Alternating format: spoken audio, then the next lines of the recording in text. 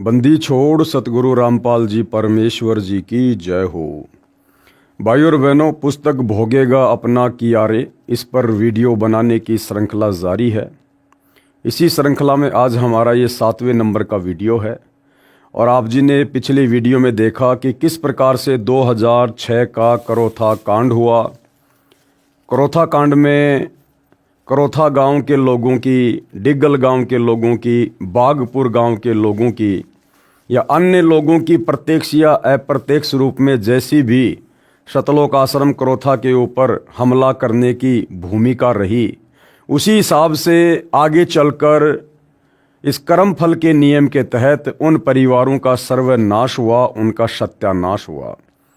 किसी के बेटे ने फांसी खा ली, किसी की बेटी की अकाल मृत्यु हो गई, किसी की पत्नी की मृत्यु हो गई, तो किसी का पूरा परिवार ही एक्सीडेंट में सर्वनाश को प्राप्त हुआ। यानी हम इस पुस्तक के माध्यम से, जिसका नाम है भोगेगा अपना कियारे, यही समझाने का प्रयास किया गया है कि संत को या उसके भक्तों को यदि कोई नाजायज बेवजह दुखी करेगा, परेशान करेगा, उनके साथ में व्यर्थ में वाद विवाद करेगा, तो कर्म फल के तहत उसको दंड भोगना पड़ता है। ये परमात्मा का विधान है। उसके बाद जिन जिन भक्तों ने, वो चाहे डिग्गल गांव के थे, चाहे करोथा के, चाहे बागपुर के, चाहे झज्जर के, जिन्होंने सतगुरु रामपाल जी से सत उपदेश लेकर मर्यादाओं में रहकर विश्वास के साथ भक्ति की है, भक्ति पर लगे रहे, किसी के कहने से डगमग नहीं हुए, मन में दोष पैदा नहीं हुआ, अपने गुरु या भक्ति के प्रति उन आत्माओं के ऊपर परमात्मा ने आंच भी नहीं आने दी। तो भाई और बहनों, आगे हम इस पुस्तक भोगेगा अपना किया में पढ़ेंगे कि सतगुरु रामपाल जी अवतार हैं या फिर स्वयं ही ये परमात्मा है। देखो, वैसे गुरुदेव भगवान ने स्पष्ट कर रखा है कि अवतार उसे कहते हैं जो ऊपर के लोकों से माँ के गर्भ से जन्म लेकर यहाँ नीचे लीला करने के लिए आता है।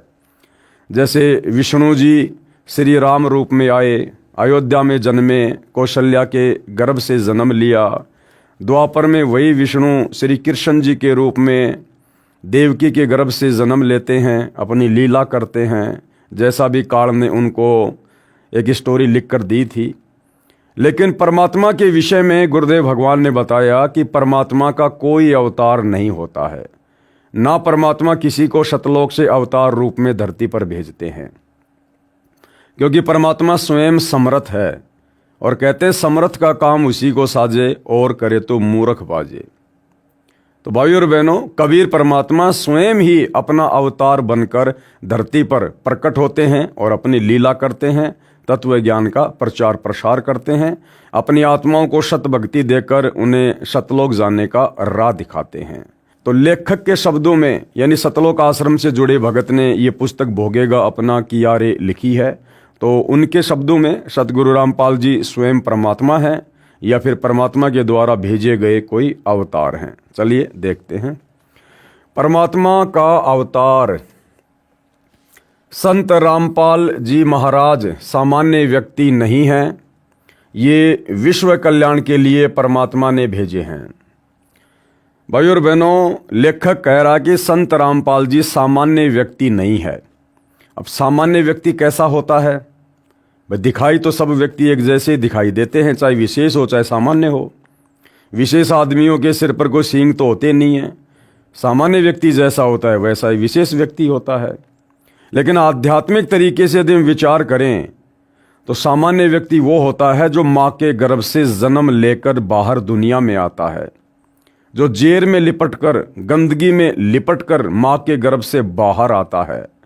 सामान्य व्यक्ति वो होता है जो माता पिता के सहयोग से, यानी शारीरिक मिलन करने से जिसकी उत्पत्ति हो, वो सामान्य व्यक्ति होता है। और विशेष यानी जो माँ के गर्भ से जन्म ना ले, जो प्रकट हो, जो स्वयंभू हो, वो विशेष होता है। और वो केवल सृष्टि में एक ही है, कबीर परमात्मा। वो लीला भले हमारी चरम दृष्टि को धोखा देते हुए कुछ भी करे, लेकिन वो कबीर परमात्मा जब धरती पर प्रकट होता है तो किसी माँ के गर्भ से जन्म लेकर नहीं आता है। तो सामान्य व्यक्ति कौन? जो माँ के गर्भ से जन्म लेकर आता है। तो लेखक के अनुसार सतगुरु रामपाल जी सामान्य व्यक्ति नहीं हैं, ये विश्व कल्याण के लिए परमात्मा ने भेजे हैं, विश्व कल्याण के लिए परमात्मा ने भेजे हैं। हालांकि लेखक के द्वारा ये कहना कि संत रामपाल जी को विश्व कल्याण के लिए परमात्मा ने भेजा है, ये लेखक की ज्ञानहीनता है।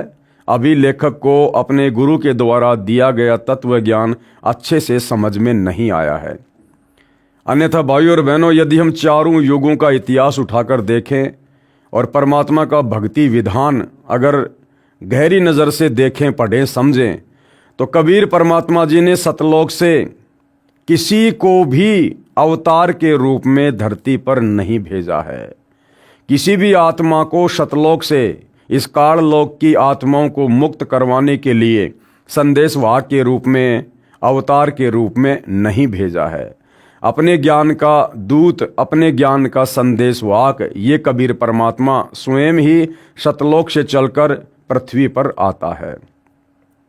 चलिए मान लेते हैं लेखक के अनुसार अध्यात्म को थोड़ा समझने के लिए कि संत रामपाल जी को लेखक के अनुसार परमात्मा ने धरती पर विश्व कल्याण के लिए भेजा है। तो कौन परमात्मा है जिसने संत रामपाल जी को धरती पर भेजा है? तो जाहिर सी बात है, लेखक के अनुसार वो कबीर परमात्मा है। तो कबीर परमात्मा कहाँ पर रहता है? सतलोक में रहता है। और संत रामपाल जी को कबीर परमात्मा ने कहाँ से भेजा होगा विश्व कल्याण के लिए? जाहिर सी बात है, सतलोक से भेजा होगा। तो सतलोक में कौन आत्माएं रहती हैं? सतलोक में सारी आत्माएं वो हैं जो मोक्ष प्राप्त कर चुकी हैं, अर्थात जिनका 21 ब्रह्मांड से किसी प्रकार का कोई लेन देन नहीं है, कोई ऋण संबंध किसी भी प्रकार का नहीं है। तो लेखक के अनुसार यदि संत रामपाल जी को विश्व कल्याण के लिए कबीर परमात्मा ने सतलोक से भेजा है, तो सतगुरु रामपाल जी स्वयं कौन हुए? एक मोक्ष प्राप्त आत्मा हुई। अब सतलोक से आई हुई मोक्ष प्राप्त आत्मा यानी सतगुरु रामपाल जी फिर इस काल लोक में, पृथ्वी लोक पर एक माँ के गर्भ से जन्म लेकर बाहर कैसे आएंगे? क्योंकि माँ के गर्भ से जन्म लेने का मतलब है पहले गर्भ में 9 महीने भयंकर नरक भोगना, कष्ट भोगना, ऊपर को पैर नीचे को सिर, भयंकर यातना। तो सतगुरु रामपाल जी तो लेखक के अनुसार परमात्मा ने सतलोक से भेजे हैं, तो वे तो मोक्ष प्राप्त आत्मा हैं। उनका भला फिर काललोक में किसी स्त्री के साथ में क्या ऋण संबंध बाकी रह गया जो परमात्मा ने वापस माँ के गर्भ में उनको नरक की पीड़ा देते हुए फिर बाहर भेजना पड़ा? और यदि किसी स्त्री के साथ सतगुरु रामपाल जी का पहले का कोई ऋण संबंध था, तो फिर सतगुरु रामपाल जी का मोक्ष कैसे हुआ जो सतलोक चले गए होंगे? सतलोक तो वही जा सकता है जिसका सारा ऋण संबंध समाप्त हो जाता है। तो भाइयों और बहनों, ये लेखक की यानी भगत की अपनी ज्ञानहीनता है। उसने अभी सतगुरु रामपाल जी के तत्व ज्ञान को गहराई से नहीं समझा है, इसलिए वो अपने विचार व्यक्त कर रहा है। हमारी ड्यूटी परमात्मा ने इन पुस्तकों पर वीडियो बनाने की इसलिए लगाई है कि हम अपने गुरुदेव के आशीर्वाद से उनके ज्ञान को आधार बनाकर नीर खीर का निबेरा करते हुए सतभक्ति मार्ग को समझें और विश्वास के साथ फिर हम आगे बढ़ें। ये विश्व कल्याण के लिए परमात्मा ने भेजे हैं। संत रामपाल जी महाराज के विषय में भविष्य वक्ता क्या कहते थे? परमात्मा ने स्वयं बताया है कि जिस समय कलयुग 5505 वर्ष बीत जाएगा, तब मैं अपना अंश अर्थात कृपया पात्र महापुरुष भेजूंगा। लेखक के अनुसार जब कलयुग 5505 वर्ष बीत जाएगा, और कलयुग के 5505 वर्ष व्यतीत होते हैं सन 1997 में, तो लेखक कह रहा कि परमात्मा ने कहा है कि जब कलयुग का 5505 वर्ष वाला समय व्यतीत हो जाएगा, उस समय मैं अपना अंश भेजूंगा, सतलोक से अपनी आत्मा भेजूंगा, अपना दास भेजूंगा पृथ्वी पर ज्ञान प्रचार के लिए। तो भाई 1997 में कलयुग के 5505 वर्ष पूरे होते हैं, तो 1997 में कबीर परमात्मा ने सतलोक से अपना हंस भेजना था, और वो हंस लोग समझ रहे हैं संत रामपाल जी को। तो सतगुरु रामपाल जी तो 1951 में ही आ गए थे। अरे कबीर परमात्मा ने तो 1997 में भेजने की बात की है, अर्थात 1997 में वो हंस आएगा, किसी माँ के गर्भ से जन्म लेगा, फिर वो धीरे धीरे बड़ा होगा, फिर कम से कम 25-30 वर्ष बाद जाके अपना कार्य शुरू करेगा। जबकि सतगुरु रामपाल जी तो 8 सितंबर 1951 से प्रकट होकर अपना कार्य कर रहे हैं। तो लेखक ये 5505 वर्ष वाली जो बात है इसको भी नहीं समझ पा रहा है। परमेश्वर कबीर जी की अपनी वाणी है कि जब आवे 5505 तब ये वचन मेरा होगा साचा, 5500 जब कलयुग बीत जाए, महापुरुष फरमान तब जग तारण को आए।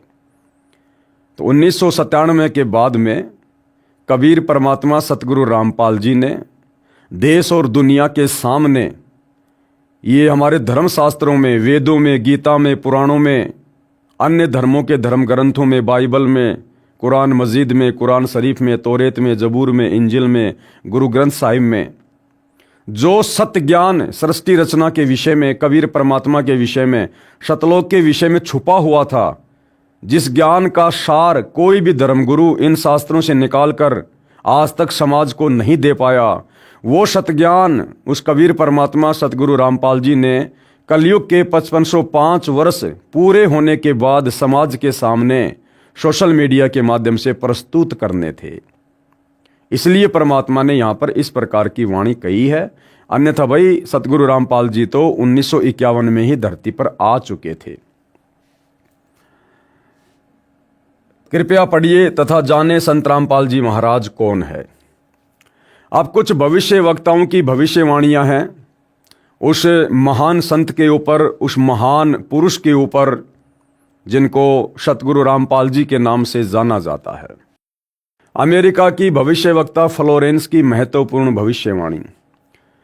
संत रामपाल जी महाराज, देखिए भाई और बहनों, लेखक सतगुरु रामपाल जी का भगत होने के बावजूद और बार बार उनके नाम के आगे दास शब्द का प्रयोग कर रहा है, जबकि एक भगत को यह शोभा नहीं देता है कि वो अपने गुरुजी के नाम के आगे दास शब्द का प्रयोग करे, क्योंकि परमात्मा अपने नाम के आगे दास शब्द जब ये सतगुरु रूप में धरती पर आते हैं केवल इसलिए लगाते हैं ताकि हम उनके लीलामय जीवन को देखकर, उनके दास भाव को देखकर, उनके अधीन भाव को देखकर हम भी अपने अंदर दास भाव पैदा करें, हम भी असल में एक भगत बने, ताकि हमारा गुरु हमारे से प्रसन्न हो।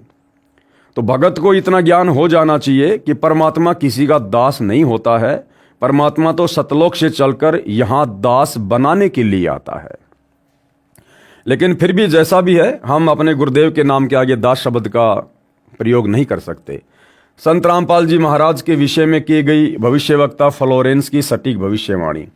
क्या कुछ कहा गया है।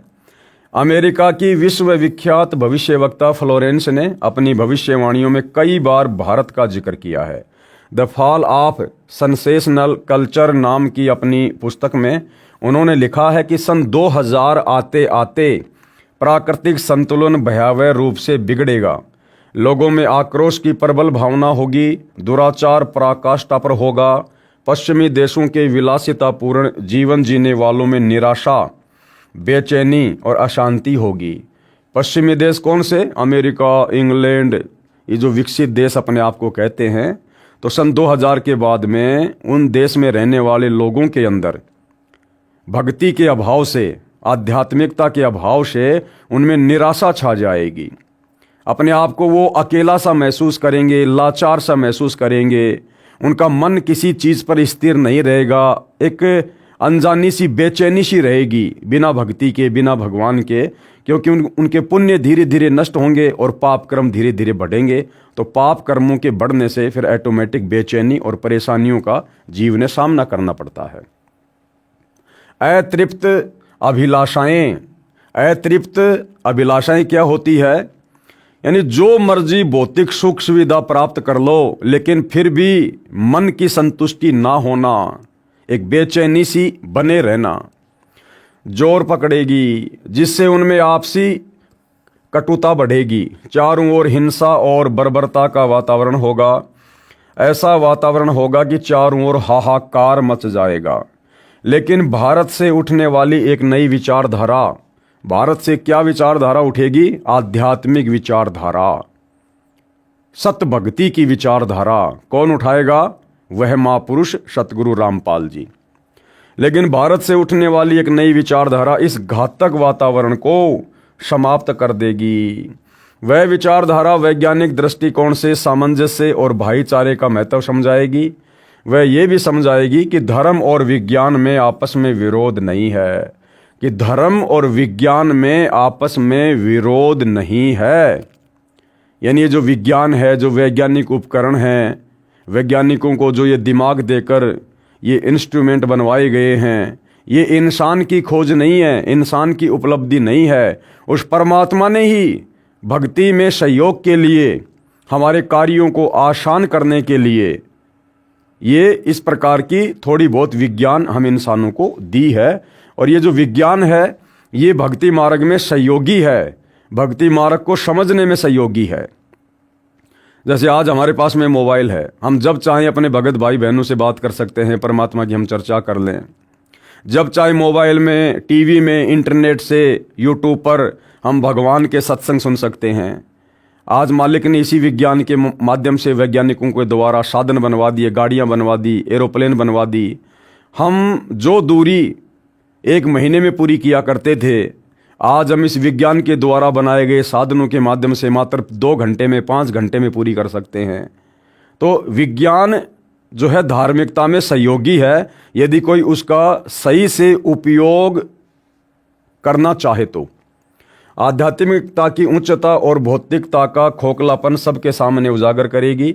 मध्यम वर्ग उस विचारधारा से बहुत अधिक प्रभावित होगा। मध्यम वर्ग कौन? आम इंसान, सामान्य कैटेगरी के व्यक्ति, जो बेचारे रोजी रोटी के लिए सारा दिन लड़ाई लड़ते रहते हैं।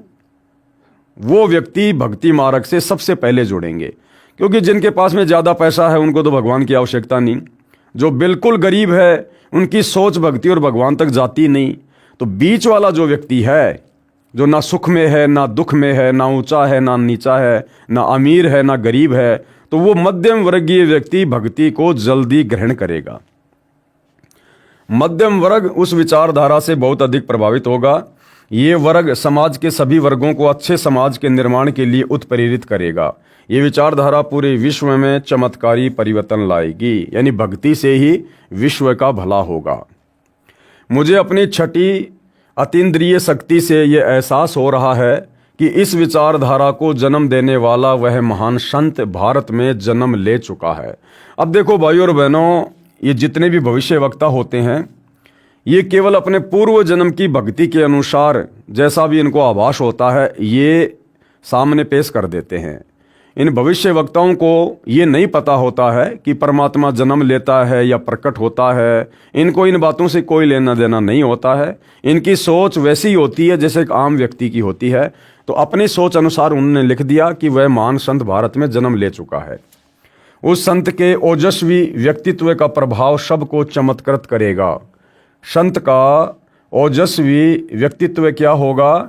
यानी संत के अंदर जो पावर है, जो शक्ति है, जैसे गुरुदेव भगवान आशीर्वाद मात्र से बड़े रोगी को स्वस्थ कर देते हैं। गुरुदेव भगवान के मुख कमल से निकले हुए मधुर वचन सुनते ही आत्मा गदगद हो जाती है, हमारे विचारों में तब्दीली आ जाती है, हमारे विकार समाप्त होने लगते हैं। इस प्रकार के ओजस्वी व्यक्तित्व का प्रभाव सबको चमत्कृत करेगा।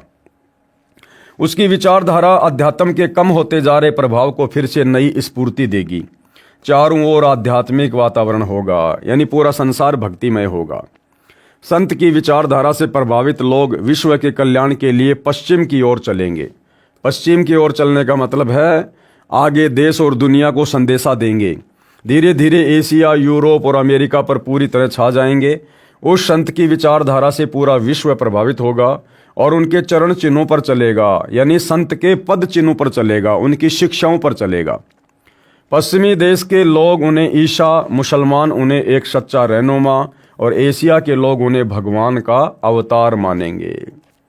उस महान संत की विचारधारा से बौद्धिक क्रांति आएगी। बौद्धिक क्रांति का मतलब है आदमी की सोच जो है वो बदलेगी। आदमी इस भौतिकतावाद से हटकर आध्यात्मिकता की तरफ आएगा, बढ़ेगा, भक्ति पर लगेगा।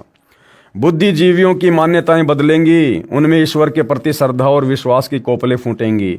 बुद्धिजीवियों की मान्यता बदलेगी, यानी वर्तमान में आज इंसान पढ़ लिख कर और अपने आप को भगवान मान चुका है, खुदा मान चुका है कि भाई पैसा ही सब कुछ है, विज्ञान ही सब कुछ है, कुछ नहीं रखा भक्ति वक्ति में, बाबा लोग कुछ नहीं है, तो सतगुरु रामपाल जी के सत्संग सुनकर जो अभूतपूर्व लाभ उनको प्राप्त होंगे, जो उनके जीवन में जो चेंजमेंट आएंगे, उस आधार से उन पढ़े लिखे लोगों की भी सोच बदलेगी कि भैया विज्ञान तो अध्यात्म के पैर के नाखून के बराबर भी नहीं है, और जो काम भक्ति से हो सकते हैं वो यहाँ की जान पहचान से, मंत्री प्रधानमंत्री के जैक चैक से लाख जन्म में नहीं हो सकते। और उनकी भी जो श्रद्धा है वो उस महापुरुष के प्रति बढ़ेगी। फ्लोरेंस के अनुसार वह संत भारत में जन्म ले चुके हैं, वह इस संत से काफ़ी प्रभावित थी। प्रभावित होने का मतलब फ्लोरेंस कभी उनसे मिली नहीं, सतगुरु रामपाल जी से, उस महापुरुष से कभी भी फ्लोरेंस का मिलाप नहीं हुआ है। फ्लोरेंस तो कब की दुनिया छोड़ के जा चुकी है। प्रभावित होने का मतलब है जब वो अपनी आध्यात्मिक दृष्टि से देखा करती थी सौपन के तरह वर्तमान में सतगुरु रामपाल जी को, उनके व्यक्तित्व को, तो सौपन के माध्यम से अपनी समाधि अवस्था में वो जैसा भी ध्यान लगाया करती थी, उनको दिखाई देता था, उन सबको देखकर विचार कर वो बहुत ज़्यादा प्रभावित होती थी। अपनी एक पुस्तक golden light of new era में भी उन्होंने लिखा है, जब मैं ध्यान लगाती हूं तो अक्सर एक संत को देखती हूं। किसको? सतगुरु रामपाल जी को। यानी वर्तमान में सतगुरु रामपाल जी का जो रूप, जो स्वरूप है, वो बहन फ्लोरेंस, अमेरिका की भविष्य वक्ता, सैकड़ों वर्ष पहले वो ध्यान समाधि के माध्यम से देखा करती थी। गौर वर्ण का है, सफ़ेद बाल हैं, उसके मुख पर न दाढ़ी है न मूछ है। उस संत के ललाट यानी माथे पर गजब का तेज होता है। उनके ललाट पर आकाश से एक नक्षत्र के प्रकाश की किरणें निरंतर बरसती रहती हैं। मैं देखती हूँ कि वह संत अपनी कल्याणकारी विचारधारा तथा अपने सत्य चरित्र प्रबल अनुयायियों की शक्ति से संपूर्ण विश्व में नए ज्ञान का प्रकाश फैला रहे हैं। वह संत अपनी शक्ति निरंतर बढ़ा रहे हैं। बढ़ाने का मतलब है उनके भक्तों की संख्या धीरे धीरे धीरे धीरे बढ़ रही है, यानी पृथ्वी पर भक्तिमय वातावरण धीरे धीरे बढ़ रहा है। उनमें इतनी शक्ति है कि वह प्राकृतिक परिवर्तन भी कर सकते हैं। उनमें इतनी शक्ति है कि वे प्राकृतिक परिवर्तन भी कर सकते हैं। भाई परमात्मा है, परमेश्वर हैं, प्रकृति तो उनके अधीन है, उनकी नौकर है। जैसा वो चाहेंगे वैसा ही ये पांचों तत्व पृथ्वी, अग्नि, जल, वायु, आकाश कार्य करेंगे। तो क्या लिखा जा रहा है? फ्लोरेंस क्या कह रही है कि उस महापुरुष में, उस संत में इतनी शक्ति है कि वह प्राकृतिक परिवर्तन भी कर सकते हैं। अब भाइयों और बहनों, जैसे वर्तमान में हरियाणा में बाढ़ आई, गांव के गांव बाढ़ के पानी से दुखी हुए, परेशान हुए। अगर हरियाणा के लोग समय रहते सतगुरु रामपाल जी के ज्ञान को समझकर उनकी शरण में आ जाते, अगर वो भक्ति पर लग जाते और मर्यादाओं में रहकर भक्ति करते और करोथा कांड या बरवाला कांड जैसी घटनाओं को काल प्रेरणा से जन्म ना देते, तो भाइयों और बहनों, आज हरियाणा में लोगों को बाढ़ का सामना नहीं करना पड़ता। क्योंकि ये वही महापुरुष है जिसके विषय में फ्लोरेंस कह रही है कि वह प्राकृतिक परिवर्तन को भी रोक सकता है। अगर बाढ़ आनी हो, वो संत अपने आशीर्वाद से, अपनी शक्ति से उसे सामान्य समय में तब्दील कर सकता है। भूकंप आना हो, वो संत उसे भी रोक सकता है। कोई भयंकर आंधी, तूफान, बरसात, अतिवृष्टि, ओलावृष्टि, महामारी आनी हो, वो संत उसे भी रोक सकता है। यानी उसकी शक्ति इतनी प्रबल है। वह अपना कार्य वैज्ञानिक ढंग से करेंगे। वैज्ञानिक ढंग से यानी हर चीज के वो सबूत पेश करेंगे, वो प्रमाणित तरीकों से पेश करेंगे, स्पष्ट रूप से चमत्कार नहीं करेंगे। उनकी कृपया और प्रयत्नों से मानवीय सभ्यता में नई जागृति आएगी। जैसे आप और हम भगत भाई बहनों में नई जागृति आ चुकी है। हम कितने विषय विकारी थे, कितने कुकर्मी थे, हमारा स्वभाव राक्षस जैसा था। सतगुरु रामपाल जी से उपदेश लेने के बाद, उनका ज्ञान समझने के बाद, उन्होंने हमको काग से हंस बना दिया है। विश्व के समस्त जन समूह में नई चेतना का संचार होगा। यानी आने वाले समय में पूरा विश्व ऐसा ही हो जाएगा जैसा वर्तमान में हम साथ संगति से जुड़े उनके भगत हैं। लोक शक्ति का एक नया रूप उभर कर सामने आएगा जो सत्ताधारियों की मनमानियों पर अंकुश लगा देगा। क्या कह रहा है लेखक कि लोक शक्ति का एक नया रूप उभर कर सामने आएगा, यानी संसार में अच्छे व्यक्तियों की, परमात्मा चाहने वाले व्यक्तियों की संख्या ज्यादा बढ़ जाएगी, जिस कारण से वर्तमान में राजनीति में जिस प्रकार से राजनेता लोग भ्रष्टाचार कर रहे हैं, मिलावट कर रहे हैं, कालाबाजारी कर रहे हैं, रिश्वतखोरी बढ़ रही है, मनमानियां कर रहे हैं, तो जब भक्ति से जुड़े हुए लोगों का प्रभाव ज़्यादा होगा तो राजनेताओं की मनमानियों पर अंकुश लगेगा। यानी फिर हम लोग ऐसे व्यक्तियों को चुनकर आगे भेजेंगे नहीं जो व्यक्ति उस पद के योग्य ना हो। हम उन व्यक्तियों को चुनेंगे जो व्यक्ति भगवान से डरने वाला हो और उनका भगत हो, और जो नियम और मर्यादाओं में रहकर निष्पक्ष रूप से जो राज्य करे और जहाँ भी अन्याय हो उस अन्याय को वो सहन ना करे और हर एक के साथ में वो मित्र जैसा व्यवहार करे। तो ऐसा व्यक्ति तो भगत ही होगा, सतगुरु रामपाल जी का फॉलोवर ही होगा।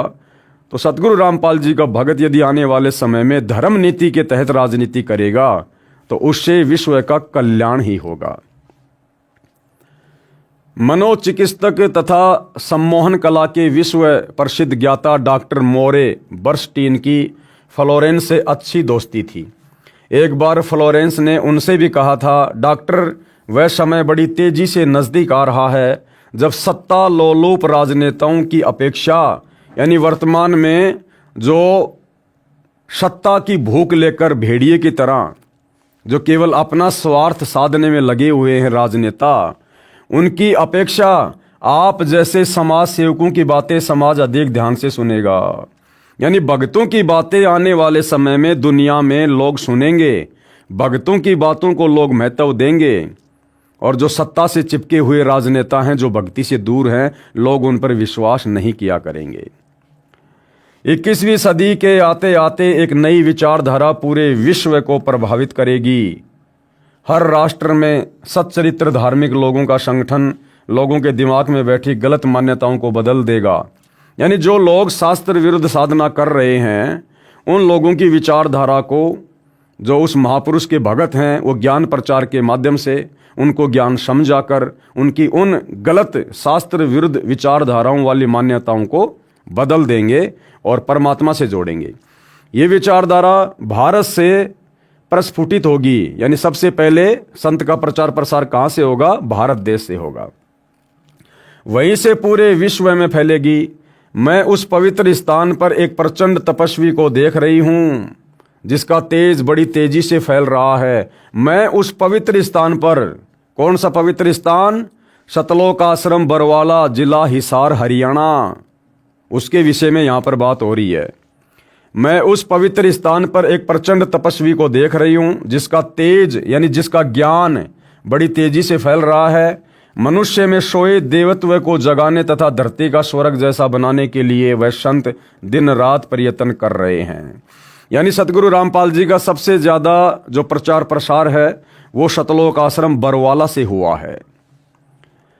एक पत्रकार ने 1964 में फ्लोरेंस से पूछा था कि क्या वह दुनिया का भविष्य बता सकती है। फ्लोरेंस ने इसके जवाब में कहा था, 1970 की शुरुआत व्यापक उथल पुथल के साथ होगी। 1979-80 के बाद ऐसे ऐसे भूकंप आएंगे कि न्यू जर्सी का कुछ हिस्सा तथा यूरोप का और एशिया के कई देशों के स्थान भूकंप से विदीर्ण हो जाएंगे। और ऐसा ही हुआ भाई और बहनों।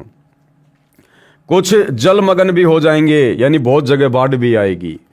तीसरा विश्व युद्ध का आतंक सबके दिमाग में बैठ जाएगा, जैसा कि वर्तमान में बैठा हुआ है, और वे इस युद्ध की तैयारी करेंगे। लेकिन भारतीय राजनेता, अब ध्यान देना भाई और बहनों, फ्लोरेंस कह रही है कि आने वाले उस समय में, यानी वर्तमान समय का वो जिक्र कर रही है कि तीसरे विश्व युद्ध का खौफ यानी डर सबके दिलो दिमाग में बैठ जाएगा कि भैया अब तो ये तीसरा विश्व युद्ध होकर ही रहेगा। लेकिन उस समय क्या होगा? लेकिन भारतीय राजनेता अपने प्रभाव और बुद्धि से तीसरे विश्व युद्ध को टालने में सफल हो जाएंगे। कौन भारतीय राजनेता? ये वर्तमान के राजनेता नहीं, ये कांग्रेस पार्टी, बीजेपी पार्टी, इनके राजनेता नहीं। जब तीसरा विश्व युद्ध अपने पीक टाइम पर होगा, लोगों को लगेगा कि ये बिल्कुल घटना घटित होकर रहेगी। ऐसे में भाइयों और बहनों, क्योंकि ये युग परिवर्तन का समय चल रहा है, अब आने वाले समय में इन राजनेताओं की बस की बात नहीं है। उस समय सतगुरु रामपाल जी के भक्तों के हाथों में ये सत्ता आ जाएगी और भक्ति के प्रभाव से, सतगुरु रामपाल जी के आशीर्वाद से फिर इस प्रकार की आपत्तियां दूर होंगी, वो टलेंगी। तीसरे विश्व युद्ध के शुरू होने तक भारत के शासन की बागडोर, यानी तीसरा विश्व युद्ध शुरू होने वाला होगा, उस समय तक भारत के शासन की बागडोर, यानी भारत का जो भी कोई प्रधानमंत्री होगा, राष्ट्रपति होगा, जो भी शासक होगा, आध्यात्मिक प्रवृत्ति के लोगों के हाथ में होगी। भारत के शासन की बागडोर आध्यात्मिक प्रवृत्ति के लोगों के हाथ में होगी। अब वर्तमान के राजनेता ये आध्यात्मिक प्रवृत्ति के लोग नहीं हैं, ये तो खाली लोक दिखावे के लिए, वोट प्राप्ति के लिए, जब चाहे मस्जिद में चले जाएं, जब चाहे मंदिरों में चले जाएं, ये आध्यात्मिकता नहीं है। तो सतगुरु रामपाल जी के भक्तों के हाथों में शासन की बागडोर आ जाएगी, इसलिए उनके प्रभाव से विश्व युद्ध टलेगा। वे शासक कौन होंगे? वो शासक जिनके हाथों में भारत की बागडोर होगी, वे शासक एक महान संत के ओजस्वी तथा क्रांतिकारी विचारधारा से प्रभावित होंगे। अब भाइयों और बहनों, चाहे सतगुरु रामपाल जी के भगत हों या चाहे वर्तमान के ये राजनेता हों, इनकी अपनी बुद्धि से, अपने दिमाग से, अपने प्रयत्नों से कुछ भी नहीं होने वाला है।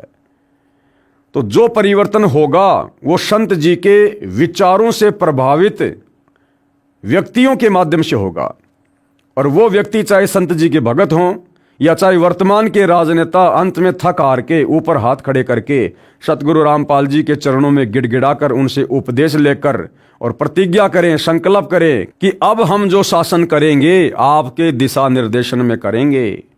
तो जो इस प्रकार से संकल्प कर लेगा, सतगुरु जी से उपदेश ले लेगा, वो भी तो फिर उनका भगत ही हुआ, संत जी का ही भगत हुआ। तो चाहे वर्तमान का राजनेता हो जो आगे चलकर भगत बनकर इस प्रकार का शासन करे, या चाहे भगत हो जो धर्म नीति को अपनाकर राजनीति करे, वो संत जी के अनुयायी कहलाएंगे। उन्हीं के माध्यम से आपत्तियां टलेंगी। वे शासक एक महान संत के ओजस्वी तथा क्रांतिकारी विचारधारा से प्रभावित होंगे। वे उस संत के प्रति उसी तरह समर्पित होंगे जैसे वाशिंगटन स्वतंत्रता एवं मानवता के प्रति समर्पित थे। वाशिंगटन कौन? ये अमेरिका का प्रथम राष्ट्रपति था, और जिस प्रकार से वो अपने देश के प्रति समर्पित था, उसी प्रकार से आने वाले समय में भारत की शासन की बागडोर उन्हीं लोगों के हाथ में होगी जो सतगुरु रामपाल जी के प्रति पूर्णतया समर्पित होंगे। अमेरिका के शहर न्यू जर्सी की रहने वाली फ्लोरेंस सचमुच एक विलक्षण महिला थी, और एक बार नोबेल नाम के व्यक्ति ने टीवी कार्यक्रम के दौरान उनसे बोला, आप भारत में जन्म ले चुके संत के बारे में तो अक्सर बताती रहती हैं, मैं अपने बारे में कुछ जानना चाहता हूं, बताइए। तो देखिएगा किस प्रकार से फ्लोरेंस ने उस व्यक्ति के ऊपर बहुत ही सटीक भविष्यवाणी की। फ्लोरेंस ने उनके दाहिने हाथ को थाम लिया और बोली, आप बहुत जल्द किसी दूसरे राज्य से प्रसारण करेंगे।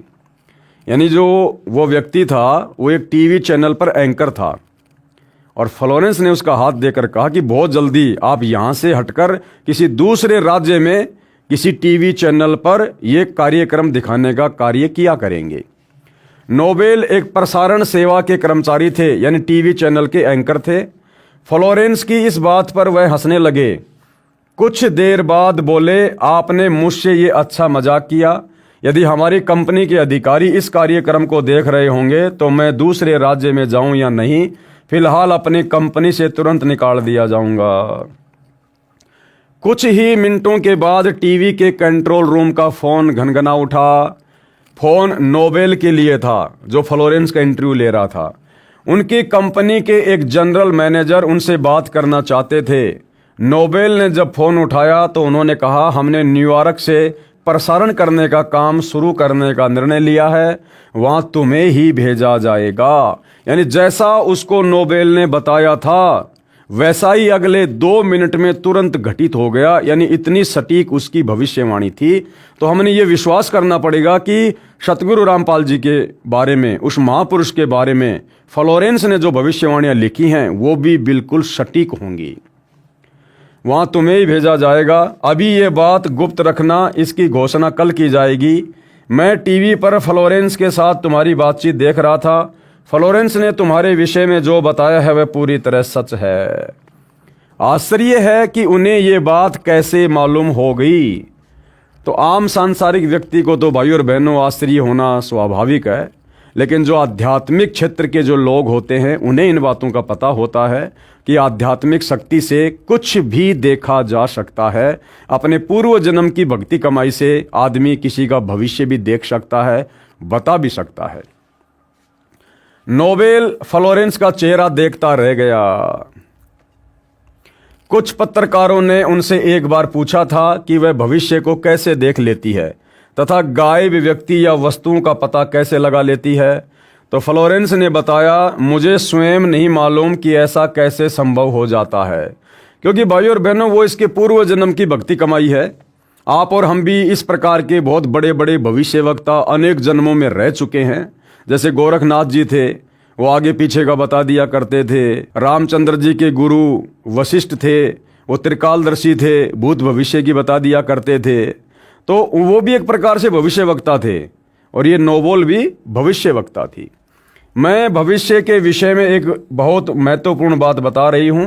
20वीं शताब्दी के अंत में यानी सन 2000 के बाद में भारतवर्ष से एक प्रकाश निकलेगा। कौन सा प्रकाश निकलेगा? सूरज का प्रकाश तो रोज ही निकलता है। अध्यात्म का प्रकाश, ज्ञान का गोला, सतगुरु रामपाल जी के माध्यम से आध्यात्मिक क्रांति। ये प्रकाश पूरी दुनिया को उन देवी शक्तियों के विषय में जानकारी देगा जो अब तक हम सभी के लिए रहस्यमय बनी हुई थी। कौन सी देवी शक्तियाँ? ये ब्रह्मा विष्णु महेश, जिनको हम परमात्मा मानकर, स्वयंभू मानकर, अजरो अमर मानकर पूज रहे थे। इनके अलावा हमें आगे का ज्ञान ही नहीं था। तो ये हमारे लिए रहस्य बना हुआ था एक। अब सतगुरु रामपाल जी ने सृष्टि रचना सुनाकर इस रहस्य का पर्दा फाश किया है। ये प्रकाश पूरी दुनिया को उन दैवीय शक्तियों के विषय में जानकारी देगा जो अब तक सभी के लिए रहस्य में बनी हुई थी। और सबसे बड़ी दैवीय शक्ति जो रहस्य में बनी हुई थी वो क्या?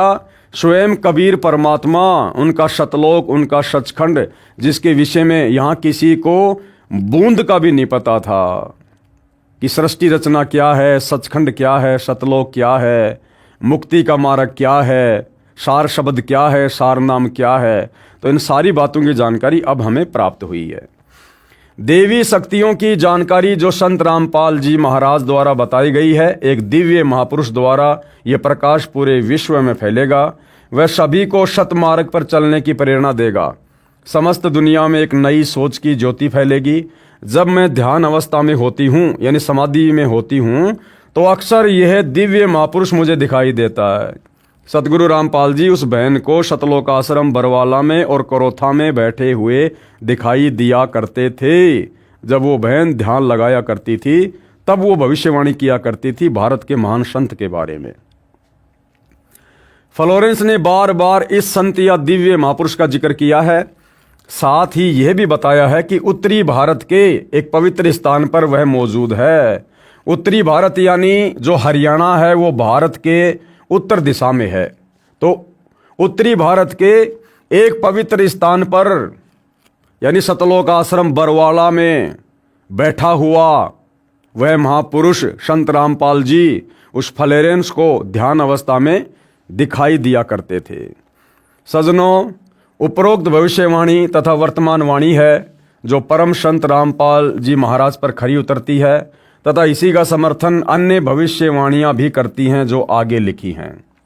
आगे कौन कौन सी भविष्यवाणियां हैं जो बहुत समय पहले, सैकड़ों वर्ष पहले कही जा चुकी हैं और वर्तमान में वो भविष्यवाणियां किस महापुरुष पर खरी खरी उतर रही हैं।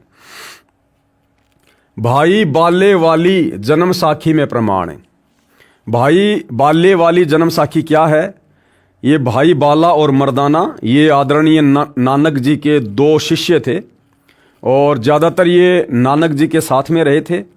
नानक जी के सतलोक जाने के बाद में नानक जी ने अपने मार्ग की बागडोर अपने शिष्य अंगद देव जी के हाथों में सौंप दी। यानी नानक जी के बाद उनका उत्तराधिकारी गुरु अंगद देव था। तो अंगद देव जी को फिर सारी की सारी बातें भाई बाला ने बैठकर बताई और अंगद जी ने उनको एक पुस्तक के रूप में लिपिबद्ध कर दिया कि श्री नानक जी के जीवन काल में क्या क्या घटनाएं घटित हुई, वो कहाँ कहाँ गए, किन किन से मिले, कैसे कैसे चमत्कार किए, वो सारी बातें फिर बालाजी से सुनकर अंगद जी ने एक पुस्तक के रूप में लिपिबद्ध कर दी, जिसको भाई बाले वाली जन्म साखी कहा जाता है। एक महापुरुष के विषय में भाई बाले वाली जन्म साखी में प्रहलाद भगत की भविष्यवाणी, एक महापुरुष के विषय में यानी सतगुरु रामपाल जी के विषय में, और भगत प्रहलाद जो त्रेता युग में हुआ था, जिसको परमात्मा ने नरसिंह रूप धारण करके बचाया था, उसकी रक्षा की थी। बाद में परमात्मा ने ऊपर उसके लिए अलग से एक नगरी रच दी, प्रहलादपुरी, प्रहलाद का लोक। तो एक बार नानक जी अपने शिष्य मर्दाना को साथ में लेकर प्रहलाद के लोक में गए थे, ऊपर, जो यहाँ से लाखों किलोमीटर ऊपर है, अपनी आध्यात्मिक शक्ति से, सिद्धि शक्ति से। और प्रहलाद जी ने फिर क्या भविष्यवाणी की थी वर्तमान महापुरुष सतगुरु रामपाल जी के विषय में, वो यहां पर बताया जा रहा है। सिख समाज के लिए जन्म साखी भाई बाले वाली इतनी ही महत्वपूर्ण है जितनी हिंदू समाज के लिए श्रीमद् भगवद गीता। श्री गुरु ग्रंथ साहिब जी के पश्चात इस जन्म साखी पुस्तक का दूसरा स्थान है। भाई बाले वाली जन्म साखी में लिखा गया विवरण स्पष्ट करता है कि संत रामपाल जी महाराज ही वह अवतार है जिन्हें परमेश्वर कबीर जी तथा संत नानक जी के पश्चात पंजाब की धरती पर अवतरित होना था।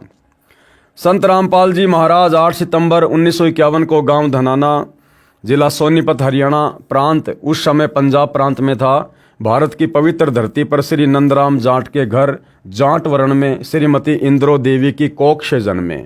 अब भाइयों और बहनों, इंद्रो देवी की कोख से जन्मे, ये शब्द लेखक के अपने निजी विचार हैं, लेखक की ज्ञानहीनता है। सतगुरु रामपाल जी का जन्म किसी स्त्री की कोख से नहीं हुआ है। जिसका स्त्री की कोख से जन्म होता है वो महापुरुष नहीं होता है, क्योंकि महापुरुष तो सृष्टि में केवल एक ही है, कबीर परमात्मा। और कबीर परमात्मा ने तो सबको उत्पन्न किया है। दुनिया की कोई भी स्त्री कबीर परमात्मा को 9 महीने तो छोड़िए, 1 सेकंड के लिए भी अपने पेट में रखने में सक्षम नहीं है। तो यहाँ लेखक की अपनी नादानी है, ज्ञानहीनता है। यहाँ पर सतगुरु रामपाल जी के विषय में जिक्र है। ये स्वयं स्वयंभू परमात्मा है। ये किसी माँ के गर्भ से जन्म लेकर नहीं आते हैं, ये प्रकट होते हैं। लीला परमेश्वर हमारी चरम दृष्टि को धोखा देने के लिए जो मर्जी करें। इस विषय में जन्म साखी भाई बाले वाली हिंदी वाली में, जिसके प्रकाशक हैं भाई जवाहर सिंह कृपाल सिंह एंड कंपनी, पुस्तकां वाले बाजार माई सेवा अमृतसर पंजाब, तथा पंजाबी वाले के प्रकाशक हैं भाई जवाहर सिंह कृपाल सिंह, पुस्तकां वाले गली 8 बाग रामानंद अमृतसर पंजाब। अब इसमें क्या लिखा हुआ है उस महापुरुष सतगुरु रामपाल जी के विषय में? इसमें लिखा अमर लेख इस प्रकार है। एक समय भाई बाला तथा मर्दाना को साथ लेकर सतगुरु नानक देव जी भगत प्रहलाद जी के लोक में गए, जो पृथ्वी से कई लाख कोस दूर अंतरिक्ष में है।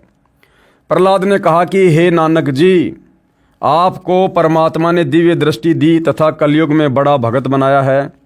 आपका कलयुग में बहुत प्रताप होगा। यहाँ पर प्रहलाद के लोक में पहले कबीर जी आए थे, यानी नानक जी से पहले भगत प्रहलाद के लोक में कबीर परमात्मा भी जाकर आ चुके थे। तो भगत प्रहलाद कह रहा कि आपसे पहले यहाँ पर जो है कबीर जी भी आए थे, या आज आप आए हो और एक और आएगा। ये ध्यान देना भाई और बहनों। भगत प्रहलाद ने क्या कहा कि नानक जी, आपको परमात्मा ने कलयुग में बड़ा भगत बनाया है। आपसे पहले यहां कबीर जी आए थे मेरे लोक में, आज आप आए हो। और आगे एक और आएगा, इनके अलावा कोई भी मेरे लोक में नहीं आ सकता। और भाइयों और बहनों, ये तीनों की तीनों शक्तियां एक ही हैं। चाहे कबीर कहो, चाहे नानक कहो, चाहे सतगुरु रामपाल जी कहो, ये तीनों महापुरुष एक ही थे, बस लीलाएं इन्होंने अपने आप को भिन्न भिन्न दर्शाते हुए की हैं। अन्यथा प्रहलाद के लोक में कबीर परमात्मा के अलावा दूसरा कोई नहीं जा सकता, क्योंकि प्रहलाद का लोक कहाँ है अंतरिक्ष में, इस काल को भी नहीं पता है। क्योंकि वो लोक, वो प्रहलादपुरी परमात्मा कबीर जी ने भगत प्रहलाद के लिए रची थी, इस काल ने नहीं रची। और जिस प्रकार इस काल को 21 ब्रह्मांड में जो मिन्नी सतलोक है वो कहाँ है उसके विषय में नहीं पता, इसी प्रकार भगत प्रहलाद के लिए रचे गए इस प्रहलाद लोक का भी काल को नहीं पता। कबीर परमात्मा ने रचा है तो केवल कबीर परमात्मा ही जा सकता है। तो पहले कबीर परमात्मा गए, उसके बाद कबीर परमात्मा ने ही नानक जी के रूप में सारी लीला की। जब नानक जी को सतलोक दिखाने के लिए ले गए तो उनकी आत्मा को तो परमात्मा ने मिनी सतलोक में बैठा दिया और खुद ही फिर नानक जी के रूप में पूरी लीला कर रहे थे। अन्यथा एक भगत नानक, एक भगत, एक जीव भला कैसे अपने दो शिष्य बाला मर्दाना को लेकर और प्रहलाद के लोक में लाखों किलोमीटर ऊपर चला जाएगा। भगत की कुछ मर्यादा होती हैं। अगर नानक जी उस समय एक सामान्य जीव होते, आत्मा होती, भगत होते, भगत कभी भी मर्यादाओं का उल्लंघन नहीं करता है। तो नानक जी के रूप में स्वयं कबीर परमात्मा थे और ये समस्त सिद्धियों के स्वामी हैं, इनके ऊपर कोई नियम और मर्यादा लागू नहीं होती है। तो नानक जी के रूप में भी खुद कबीर परमात्मा ही थे जो भगत प्रहलाद के लोक में गए थे। और परमात्मा कबीर जी चाहे नानक के रूप में हो, चाहे संत रामपाल जी के रूप में हो, चाहे स्वयं हो, वो चाहे जिनको अपने साथ लेकर जा सकते हैं। जैसे नानक जी के रूप में कबीर जी बाला और मर्दाना को लेकर गए थे। तो भगत प्रहलाद ने क्या कहा, यहां पर प्रहलाद के लोक में पहले कबीर जी आए थे या आज आप आए हो, एक और आएगा।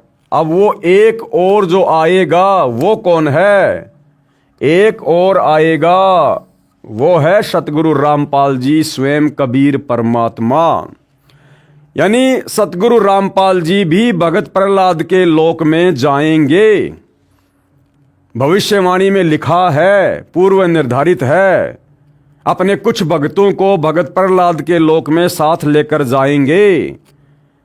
आने वाला जो शेष, जो ये कलयुग है, हजारों साल जो भक्ति मार्ग चलेगा, उन आत्माओं को दृढ़ करने के लिए, उनको विश्वास दिलाने के लिए कि सतगुरु रामपाल जी कौन महापुरुष थे, स्वयं परमात्मा थे। तो ये उदाहरण भी सतगुरु रामपाल जी आने वाले समय में पेश करेंगे। और वो कौन कौन आत्माएं होंगी जो अपने सतगुरु के साथ में भगत प्रहलाद के लोक में जाएंगी। एक और आएगा जो आप दोनों जैसा ही महापुरुष होगा। क्या कह रहे हैं? आप दोनों जैसा ही महापुरुष होगा। अब कबीर जैसा तो कोई दूसरा हो ही नहीं सकता भाई, कबीर तो सृष्टि में एक ही है, उसके जैसा कोई दूसरा हो ही नहीं सकता। अगर हो गया तो फिर वो भी फिर परमात्मा हो गया, भगवान हो गया। तो भगत प्रहलाद जी क्या कह रहे हैं कि एक और आएगा जो आप दोनों जैसा ही होगा, यानी तीनों शक्तियां एक ही हैं, कबीर परमात्मा। इन तीनों के अतिरिक्त यहां मेरे लोक में कोई नहीं आ सकता। भगत बहुत हो चुके हैं, आगे भी होंगे, परंतु यहां मेरे लोक में वही पहुंच सकता है जो इन जैसी महिमा वाला होगा। और कोई नहीं आ सकता, यहां नहीं पहुंच सकता। इसलिए इन तीनों के अतिरिक्त यहां कोई नहीं आ सकता। मर्दाने ने पूछा कि हे प्रहलाद जी, कबीर जी तो जुलाहा थे, नानक जी जो है वो खत्री हैं, वह तीसरा किस वर्ण यानी जाति से तथा किस धरती पर अवतरित होगा? जो तीसरा महापुरुष आप कह रहे हो ना कि वो आएगा, तो वो किस जाति में होगा और किस धरती पर वो अवतरित होगा, वो प्रकट होगा? प्रहलाद भगत ने कहा, भाई सुन, नानक जी के सचखंड जाने के सैकड़ों वर्ष पश्चात पंजाब की धरती पर जाट वर्ण में जन्म लेगा। क्या करेगा? पंजाब की धरती पर जाट वर्ण में जन्म लेगा। अब आप सोच रहे होंगे सतगुरु रामपाल जी तो हरियाणा की धरती पर आए हैं, यहां तो प्रहलाद जी पंजाब की धरती का नाम ले रहे हैं। जिस समय सतगुरु रामपाल जी 8 सितंबर 1951 को गांव धनाना, जिला सोनीपत, हरियाणा की पावन धरती पर प्रकट हुए थे, आए थे, उस समय भाई और बहनों वो पंजाब की धरती ही कहलाती थी। उस समय तक हरियाणा प्रांत नहीं बना था, हरियाणा का जन्म नहीं हुआ था। उस समय वो धनाना गांव वो पंजाब की धरती का क्षेत्र था। आगे चलकर 1962 या 1965 में ये हरियाणा राज्य अलग बना है। तो सतगुरु रामपाल जी पंजाब की धरती पर 8 सितंबर 1951 को प्रकट हुए थे। पंजाब की धरती पर जाट वर्ण में जन्म लेगा और उनका प्रचार प्रसार क्षेत्र क्या होगा, तथा उसका प्रचार क्षेत्र शहर बरवाला होगा। धनाना धाम का नाम नहीं लिखा है।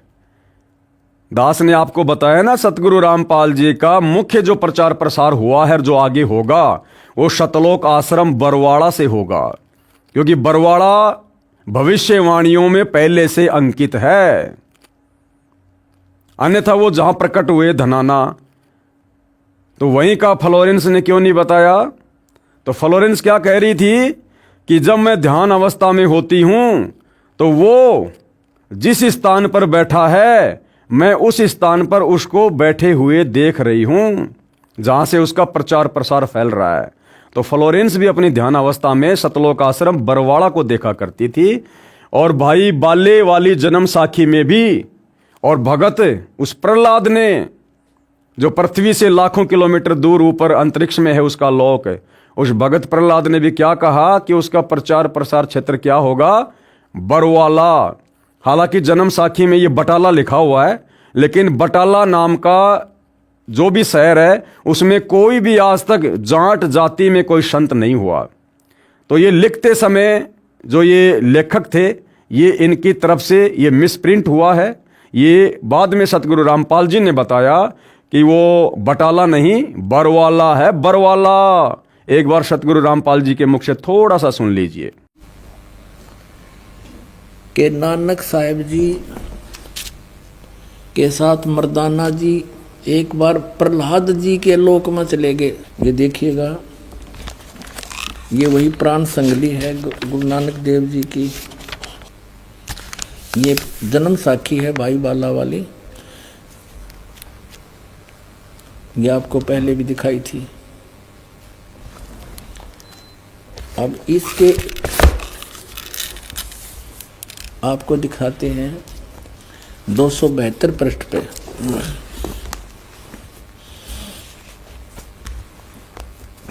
प्रहलाद भगत नाल गोष्ठी 272 पृष्ठ पे।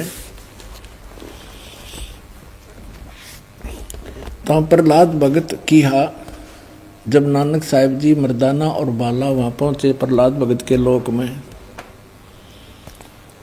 तो प्रहलाद भगत की नानक तपाजी तैनू कलयुग विच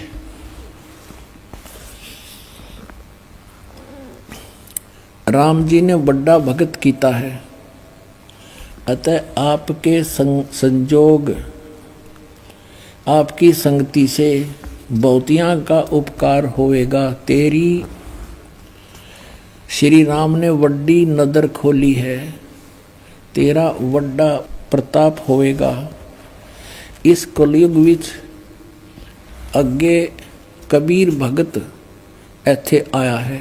अब देखो, बिना ज्ञान के भगवान को तो भगत कह रहा प्रहलाद जी। कबीर भगत इथे आया है, यहाँ पर आया है, अते जा आपको कर्ता ने आंदा है, यहाँ भेजा है। भा मर्दान ने आंदा है। ता मर्दान ने पूछिया प्रहलाद भगत नू पूछिया, हे भगत जी तुसी भी वड्डे भगत हो, अते तुम्हारे पीछे भी राम जी ने वड्डा चरित्र चलत दिखाया है, एक बहुत बड़ा यानी नरसिंह रूप धारण किया था। तेरी राम जी ने वड्डी नदर खोली है। भगत जी ऐथे होर कोई भी पहुंचिया है कि कबीर अते नानक तपा जी ही पहुंचिया है। ता प्रहलाद भगत बोलिया भाई नानक तपे पासों पूछ ले और भी आवसी के ना आवसी, या कोई और आओगा कि नहीं आओगा। कोई तो भगत मर्दान ने किया जी तुसी वड्डे भगत हो, अगली ते पिछली सब आपनो सतयुग थी, सतयुग तक आदि लेकर मालूम है। ता प्रहलाद भगत ने कहा कि सुन भाई, इस जीहा कोई होएगा ता ऐथे पहुंचेगा, यानी नानक जी जैसा कोई होगा या तो यहाँ पर पहुंचेगा।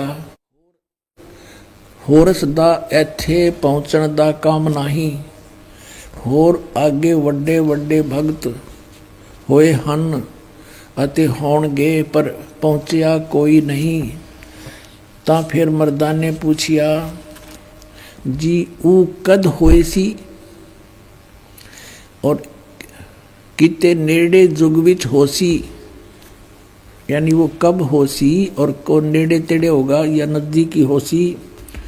ता प्रहलाद भगत किया सुन भाई, कलयुग विच होएगा, और जद नानक तपा सचखंड जावेगा ता उस तो पीछे ये लिखा 100 वर्ष वरे, यहाँ लिखना, यहाँ बोला था उसने सैकड़ों वर्ष के बाद, यहाँ इन्होंने वहाँ फिर 100 लिखना था, इसमें बस एक पर मात्रा होती 100 हो जाता, यहाँ पर 100 वर्ष, ये 100 वर्ष लिख दिया इन्होंने। उसी 100 वरे होसी अते एन्हा तेहा ते बगैर होर कोई ना आवसी, यानी इन तीना के बिना यहाँ पर कोई नहीं आ सकता।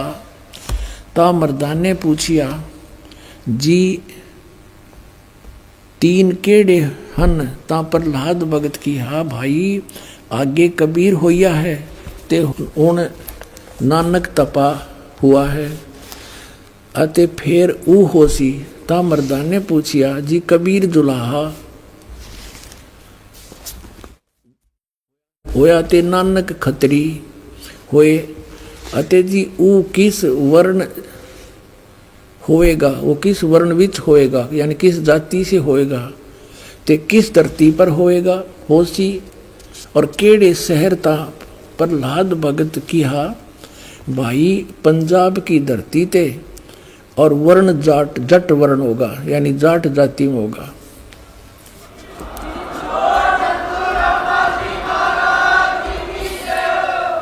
और शहर बटाले, यो बरवाले का बटाला लिख दिया ना, यो था बरवाले में उसी।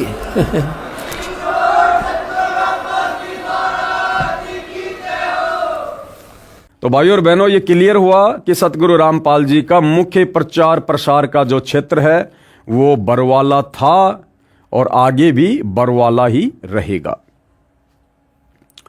विवेचन, संत रामपाल जी महाराज वही अवतार हैं जो अन्य प्रमाणों के साथ साथ जन्म साखी में लिखे वर्णन पर खरे उतरते हैं।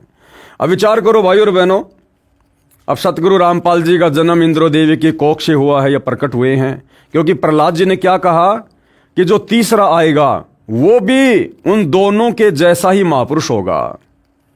तो बताओ भाइयों और बहनों, कबीर जी ने मां के गर्भ से जन्म लिया था क्या? नहीं लिया। तो भाइयों और बहनों, सतगुरु रामपाल जी किसी मां के गर्भ से जन्म लेकर नहीं आए, ये स्वयं कबीर परमात्मा है। परिस्थितियां और समय के अनुसार परमात्मा लीला ऐसे ही अजब गजब करते हैं। जन्म साखी में 100 वर्ष के पश्चात लिखा है, यहां पर सैकड़ों वर्ष पश्चात कहा गया था, जिसको पंजाबी भाषा में लिखते समय 100 वर्ष ही लिख दिया, क्योंकि मर्दाना ने पूछा था कि वह कौन से युग में नजदीक ही आएगा। तब भगत प्रहलाद ने कहा था कि श्री नानक जी के सैकड़ों वर्ष पश्चात कलयुग में ही वह संत जाट वर्ण में जन्म लेगा। इसलिए यहाँ 100 वर्ष के स्थान पर सैकड़ों वर्ष ही न्यायोचित है। भाई सतगुरु रामपाल जी हैं, ये तो परमात्मा है। भगत प्रहलाद के मुख से इन्होंने सब कुछ बुलवाया था, लेकिन काल प्रेरणा से फिर यहाँ पर नीचे हम जैसे अज्ञानी जीव अपनी घटिया बुद्धि का इस्तेमाल करते हुए अपने हिसाब से इन पुस्तकों में लेख लिख देते हैं। तथा उसका प्रचार क्षेत्र बरवाड़ा के स्थान पर बटाला लिखा गया है। इसके दो कारण हो सकते हैं कि शहर बरवाला जिला हिसार हरियाणा उस समय पंजाब प्रांत में सुप्रसिद्ध नहीं था तथा बटाला शहर पंजाब प्रांत में प्रसिद्ध था। लेखनकर्ता ने इस कारण से बरवाला के स्थान पर बटाला लिख दिया। ये लेखक की अपनी सोच थी। दूसरा, प्रिंट करते समय बरवाले की जगह बटाले प्रिंट हो गया है। एक और विशेष विचारणीय पहलू है कि पंजाब के बटाला शहर में कोई भी जाट संत नहीं हुआ है जो इन महापुरुषों परमेश्वर कबीर देव जी व श्री नानक देव जी के समान महिमावान तथा इनके समान ज्ञानवान हुआ हो। इस आधार से तथा अन्य प्रमाणों के आधार से तथा इस जन्म साखी के आधार से स्पष्ट है कि वह तीसरे महापुरुष संत रामपाल जी महाराज हैं तथा इनका आध्यात्मिक ज्ञान भी इन दोनों महापुरुषों परमेश्वर कबीर जी तथा श्री नानक देव जी से मेल खाता है। अरे मेल नहीं खाता भाई, ज्यों का त्यों है, ज्यों का त्यों। मेल खाने का क्या मतलब है भाई? ज्यों का त्यों। और जो अध्यात्म का पूरा निष्कर्ष, पूरा निचोड़, पूरा ज्ञान, जो मूल ज्ञान, सार ज्ञान कबीर जी ने नहीं दिया, नानक जी ने नहीं दिया, वो अध्यात्म का मूल ज्ञान आज स्वयं कबीर परमात्मा सतगुरु रामपाल जी दे रहे हैं। तो ये लिखना कि संत रामपाल जी का ज्ञान भी उनके ज्ञान से मेल खाता है, ये गलत है। ये सतगुरु रामपाल जी की महिमा को कमजोर करता है। कबीर जी ने 650 साल पहले सतगुरु रामपाल जी के विषय में कहा था, यानी अपने विषय में, दूसरे रूप के विषय में, कि धर्मदास मेरी लाख दुहाई और ये मूल ज्ञान कहीं बाहर ना जाई। मूल ज्ञान जब तक छुपाई, जब तक बिचली पीढ़ी वो हंस ना आई। जब तक ये बिचली पीढ़ी वर्तमान समय नहीं आना था, तब तक ये मूल ज्ञान छुपा के रखना था। तो धर्मदास ने कहा कि भगवान उस ज्ञान को फिर कौन खोलेगा? तो कबीर जी ने कहा था कि भैया आगे चलकर 12वें पंथ में हम खुद ही आएंगे। 12वें पंथ हम ही चल आवें, सब पंथों को मिटाकर एक पंथ चलावें। और क्या कहा था कि भाई 9 मन सूत उलझिया ऋषि रहे झकमार और सतगुरु ऐसा सुलझा देगा उलझे न दूजी बार। तो 650 साल पहले कबीर जी ने भी जानबूझकर इस आध्यात्मिक ज्ञान को नहीं सुलझाया था, क्योंकि वो भक्ति का समय नहीं था। ये तो वर्तमान में उन्होंने पुण्य सतगुरु के रूप में आकर सुलझाना था, जो आज सतगुरु रामपाल जी ने सुलझा दिया है। अब इस कलयुग में नहीं उलझेगा, चाहे कोई भक्ति करियो या ना करियो। आप देखेंगे दोनों फोटोकॉपी, जो जन्म साखी भाई बाले वाली, जो कि एक पंजाबी भाषा में है, तथा दूसरी हिंदी में है, जो कि पंजाबी भाषा से ही अनुवादित है। इसमें कुछ प्रकरण ठीक नहीं लिखा है। जैसे पंजाबी भाषा में लिखा है कि जो इस जीहा कोई होवेगा ता एथे पहुंचेगा, होर दा एथे पहुंचण दा कम नहीं। परंतु हिंदी वाली जन्म साखी में यह विवरण नहीं है, जो बहुत महत्वपूर्ण है। इससे सिद्ध है कि लिखते समय कुछ प्रकरण बदल जाता है, फिर भी ढेर सारे प्रमाण जो इस पुस्तक में अन्य महापुरुषों के द्वारा संत रामपाल जी के विषय में कहे हैं, वे भी इसी को प्रमाणित करते हैं। अब इसमें विशेष बात क्या है? गुरुदेव क्या कह रहे हैं? विशेष, यदि कोई ये कहे कि जन्म साखी में लिखी व्याख्या संत गरीबदास जी गांव छुडानी वाले के लिए है, क्योंकि वे भी जाट जाति से थे तथा छुडानी गांव भी पहले पंजाब प्रांत के अंतर्गत आता था, ये भी उचित नहीं लगती। क्यों? क्योंकि संत गरीबदास जी ने अपनी अमृतवाणी असुर निकंदन रमेणी में कहा है कि सतगुरु दिल्ली मंडल आईसी, सूती धरनी सुम जगाईसी। गरीबदास जी ने तो अपने आगे आने वाले महापुरुष के विषय में लिख दिया कि भैया मेरे से उपदेश लेकर भी मोक्ष नहीं है, 12वें पंथ में भी मोक्ष नहीं है। मेरा सतगुरु जिंदा कबीर वो आगे चलकर दिल्ली मंडल में आएगा 8 सितंबर 1951 को। भावार्थ है कि संत गरीबदास जी के सतगुरु पूज्य कबीर साहिब जी थे। पुराना रोहतक जिला सोनीपत, रोहतक तथा झज्जर को मिलाकर एक ही जिला रोहतक था, दिल्ली मंडल में लगता था। यह किसी राजा के अधीन नहीं था, अंग्रेजों के शासनकाल में दिल्ली के अधीन था। संत गरीबदास जी ने स्पष्ट किया है कि सतगुरु यानी परमेश्वर कबीर जी दिल्ली मंडल में आएंगे। देखो भाई और बहनों, आप और हमारे विश्वास के लिए गरीबदास जी ने क्या कहा कि मेरे जो सतगुरु हैं, जो जिंदा बाबा कबीर जी मुझे मिले थे, वो आगे चलकर कहां आएंगे? सतगुरु दिल्ली मंडल आईसी। संत गरीबदास जी ने स्पष्ट किया है कि सतगुरु यानी परमेश्वर कबीर जी दिल्ली मंडल में आएंगे। तो आज दिल्ली मंडल में 8 सितंबर 1951 को कौन आए? सतगुरु रामपाल जी। तो यहां सतगुरु रामपाल जी कौन हुए? कबीर परमेश्वर जी। और भक्तिहीन प्राणियों को जगाएंगे, सत भक्ति करवाएंगे। तो आज भाई और बहनों, सत भक्ति कौन करवा रहा है? गरीबदास जी का सतगुरु कबीर परमेश्वर, यानी हमारे गुरु सतगुरु रामपाल जी। ध्यान रहे, कबीर सागर में काल के दूतों ने मिलावट करके सत्य को न जानकर अपनी अटकलबाजी से असत्य प्रमाणित किए हैं।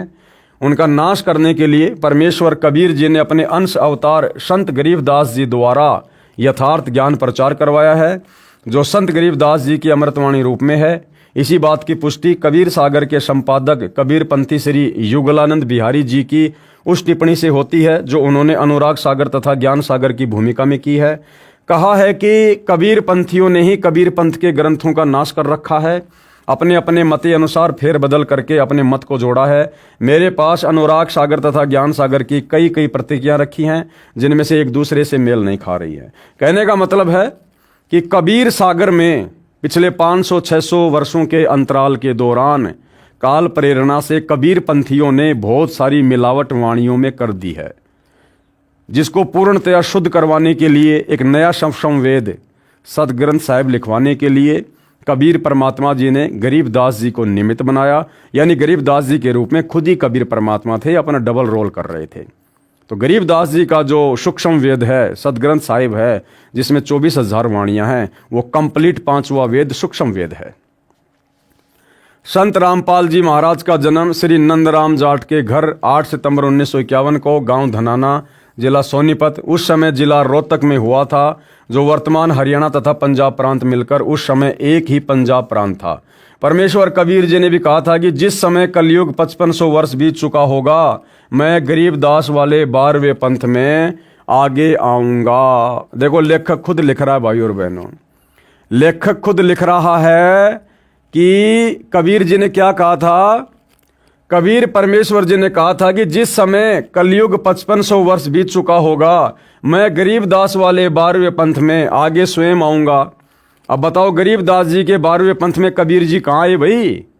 अरे वो दाढ़ी मूछ वाले कबीर जी, वो टोपा पहनने वाला कबीर जी कहाँ आया?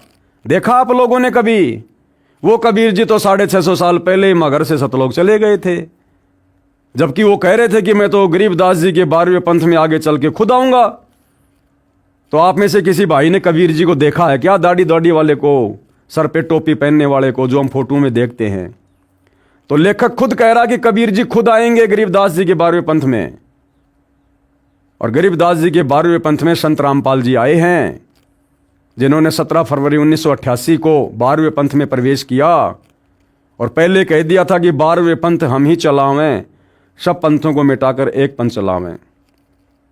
तो वर्तमान में वो कबीर जी कहाँ हैं? सतगुरु रामपाल जी के नाम से हैं। फिर भी लेखक बार बार कह रहा कि इंद्रोमाई की कोख से जन्म लिया, इंद्रोमाई की कोख से जन्म लिया। भाई, करनी और कथनी में थोड़ा बहुत अंतर होना चाहिए। परमेश्वर कबीर जी ने भी कहा था कि जिस समय कलयुग 5500 वर्ष बीत चुका होगा, मैं गरीबदास वाले 12वें पंथ में आगे स्वयं ही आऊंगा। संत गरीबदास जी द्वारा मेरी यानी कबीर परमेश्वर की महिमा की वाणी प्रकट होगी तथा गरीबदास वाले 12वें पंथ तक के साधक मुझे आधार बनाकर वाणी को समझने की कोशिश करेंगे, परंतु वाणी को न समझकर सतनाम तथा सारनाम से वंचित रहने के कारण असंख्य जन्म तक सतलोक प्राप्त नहीं कर सकेंगे। उसी 12वें पंथ यानी गरीबदास जी वाले पंथ में मैं कौन? परमेश्वर कबीर जी, मैं परमेश्वर कबीर जी ही स्वयं चलकर आऊंगा। तो कहां है परमेश्वर कबीर जी, जिनको आप कबीर जी कहते हैं, समझते हैं, दाढ़ी मूछ वाले, जबकि उनका वचन भी फैल नहीं हो सकता? क्योंकि परमात्मा कहते हैं कि साध वचन पलटे नहीं, चाहे पलट जाए ब्रह्मांड। तो कबीर जी ने अगर बोल दिया तो बोल दिया, उनको आना है, नहीं आए तो झूठे साबित होंगे, और झूठे भगवान की भक्ति करके किसी का मोक्ष नहीं हो सकता। तो कबीर जी तो आ गए, संत रामपाल जी के रूप में आ गए। अब उनको पहचानना पड़ेगा, उनके ज्ञान को आधार बनाकर सद्बुद्धि की भीख मांगनी पड़ेगी उनसे कि हे गुरुदेव भगवान, अपनी वास्तविक पहचान करवाओ। हम नादान 2 कौड़ी के तुच्छ जीव अपनी बुद्धि के हिसाब से आपको नहीं जान सकते, नहीं पहचान सकते। तब सतगुरु की दया वो किन किन आत्माओं पर दया करे, मेहर करे और हमारे अंतःकरण में ये बात जचा दे कि मेरा गुरु ही स्वयं कबीर परमात्मा है। उसी 12वें पंथ गरीबदास जी वाले पंथ में मैं परमेश्वर कबीर जी ही स्वयं चलकर आऊंगा। तब संत गरीबदास जी द्वारा प्रकट की गई वाणी को मैं कबीर परमेश्वर और प्रकट होकर समझाऊंगा। अब संत गरीबदास जी की वाणियों को, सदग्रंथ साहिब को सन 1994 से धरती पर कौन समझा रहा है? सतगुरु रामपाल जी समझा रहे हैं। और कबीर परमात्मा क्या कह रहे हैं कि मैं कबीर परमात्मा स्वयं समझाऊंगा गरीबदास जी की वाणियों को आगे चलकर। और कैसे आऊंगा? प्रकट होकर समझाऊंगा, प्रकट होकर समझाऊंगा। मां की कोख से जन्म लेकर बड़ा होकर, ऐसा नहीं कहा, प्रकट होकर समझाऊंगा। तो सतगुरु रामपाल जी भाई और बहनों परमेश्वर हैं। आज मान लो, नहीं तो कल मानना पड़ेगा। कल को ज्यादा लेट हो जाओगे, फिर मोक्ष से वंचित हो जाओगे। तो आज ही थोड़ा अधीन होकर, धैर्य से, निष्पक्ष होकर ज्ञान को समझो, परमात्मा से सद्बुद्धि की भीख मांगो और समय रहते अपने दाता को पहचान लो, भाई फायदा रहेगा। प्रमाण के लिए कृपया देखें इसी पुस्तक के पेज नंबर 91 पर पढ़ें कबीर परमेश्वर द्वारा स्वयं अवतार धारण करने की भविष्यवाणी। अब देखिए भाई और बहनों, लेखक बार बार कह रहा है कि संत रामपाल जी कबीर जी के अवतार हैं, कबीर जी के अवतार हैं, संत रामपाल जी को कबीर जी ने ऊपर से भेजा है। अब यहां क्या कह रहे हैं? कबीर परमेश्वर द्वारा स्वयं अवतार धारण करने की भविष्यवाणी, यानी कबीर परमात्मा खुद ही अपना अवतार होता है, सतलोक से किसी को अवतार रूप में भेजता नहीं है, इन्हें आवश्यकता नहीं है। इससे सिद्ध हुआ कि जन्म साखी में जिस जाट संत के विषय में कहा है, निर्विवाद रूप से वह संत रामपाल जी महाराज जी ही हैं। फिर भी हम संत गरीबदास जी का विशेष आदर करते हैं, क्योंकि उन्होंने परमेश्वर कबीर जी का अमर संदेश सुनाया है।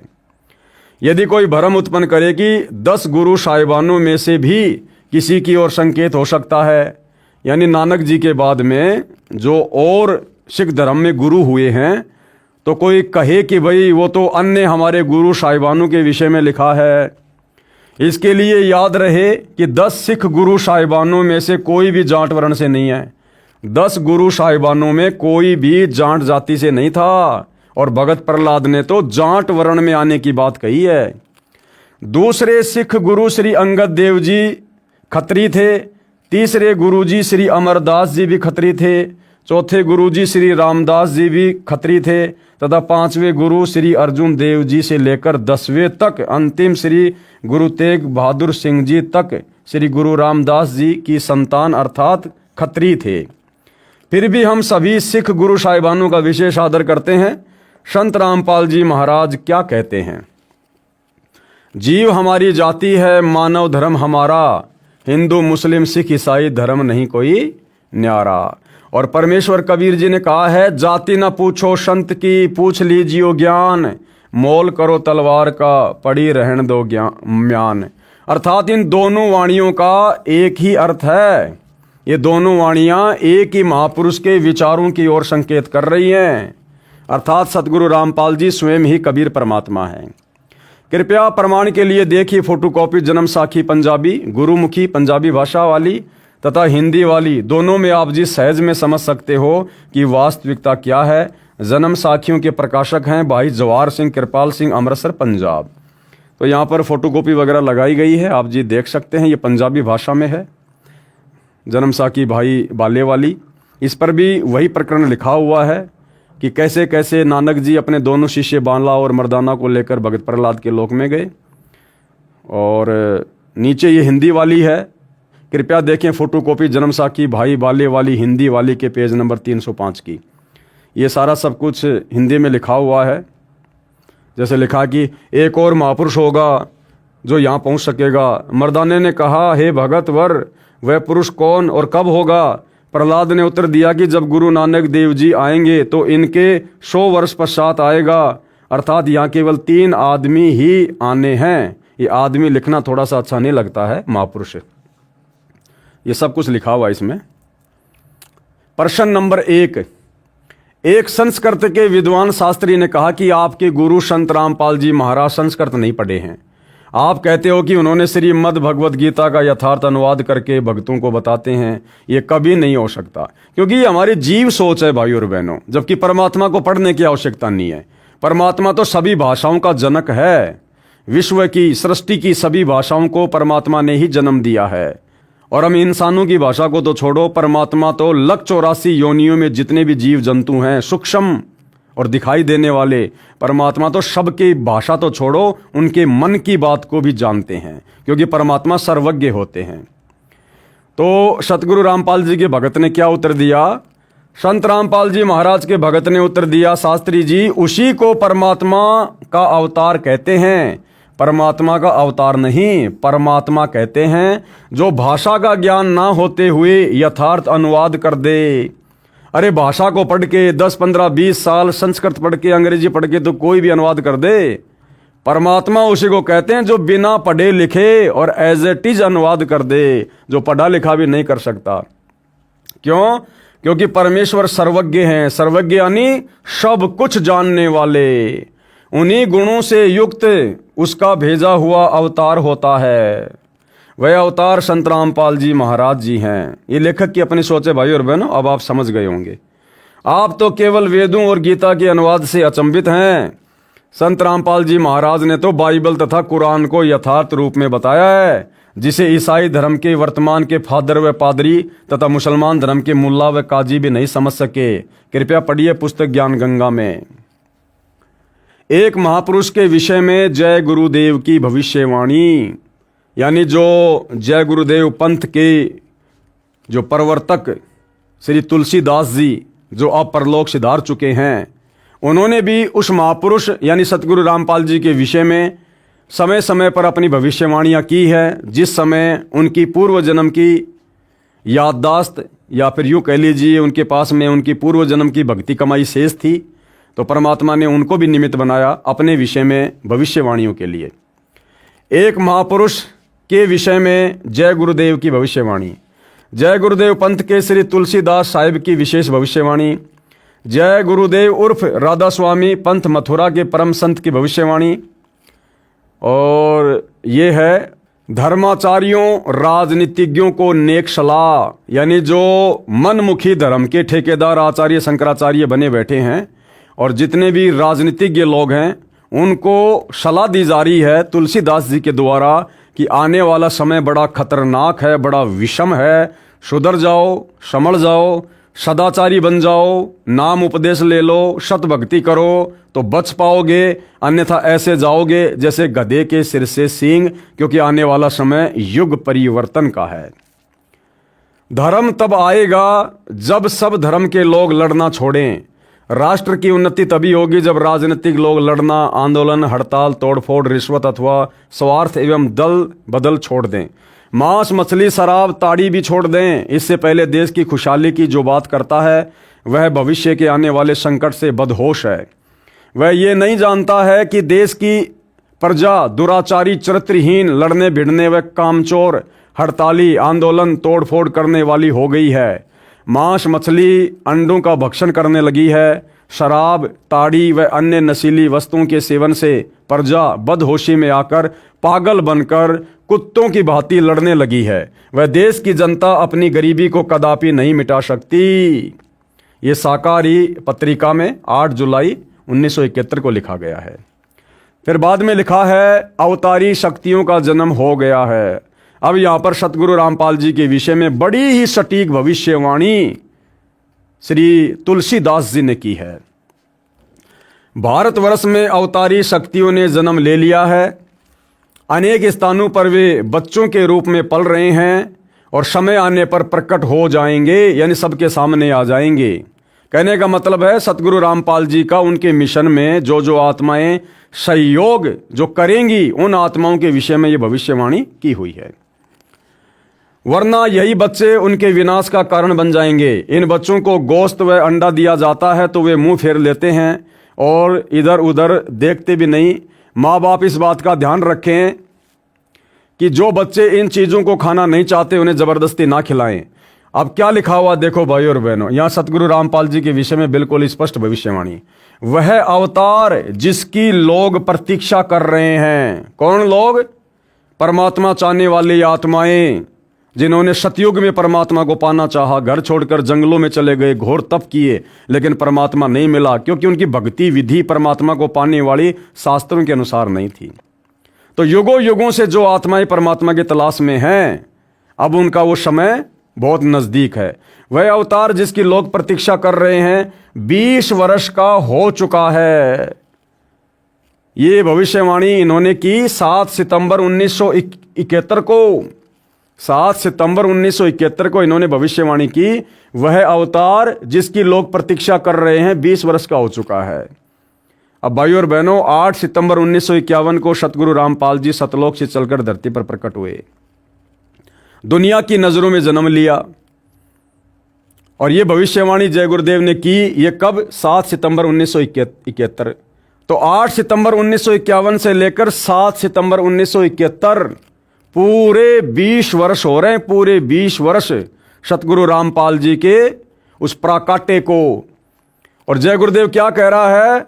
वह 20 वर्ष का हो चुका है। अब धरती पर सतगुरु रामपाल जी के अलावा ऐसा कोई भी संत महात्मा महापुरुष नहीं है जिसकी सांसारिक तौर पर डेट ऑफ बर्थ बिल्कुल जय गुरुदेव की भविष्यवाणी के अनुसार हो। केवल एकमात्र सतगुरु रामपाल जी हैं। वह अवतार जिसकी लोग प्रतीक्षा कर रहे हैं 20 वर्ष का हो चुका है। यदि उसका पता बता दूं तो लोग पीछे पड़ जाएंगे। तुलसीदास जी कह रहे अगर मैं उसका एड्रेस बता दूं, क्योंकि उस समय वो देख रहे थे, वो खुद मान बढ़ाई और अहंकार के चक्कर में नहीं आ पा रहे थे। क्योंकि परमात्मा कहते हैं राज त्यागना सहज है, सहज नारी का ने मान बढ़ाई ईर्ष्या दुर्लभ तजनाइए। क्योंकि भाई इनके लाखों भगत हो गए थे, इनकी महिमा हो रही थी।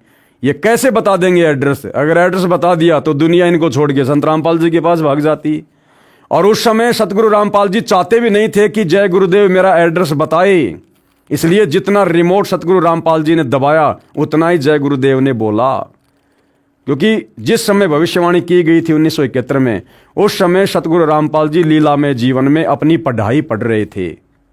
वे जो है अपना डिप्लोमा कर रहे थे उस समय तक। क्योंकि उन्होंने भक्ति मार्ग शुरू करना था 1994 से। तो उससे पहले अपने विषय में अपना एड्रेस अगर वो लोगों तक पहुंचा देते जय गुरुदेव के माध्यम से, तो उन्होंने किसी को ज्ञान तो समझाना नहीं था, नाम किसी को देना नहीं था। जब मार्ग ही 1994 में शुरू करना था तो उससे पहले भला वो लोगों को क्या देते आध्यात्मिक क्षेत्र का।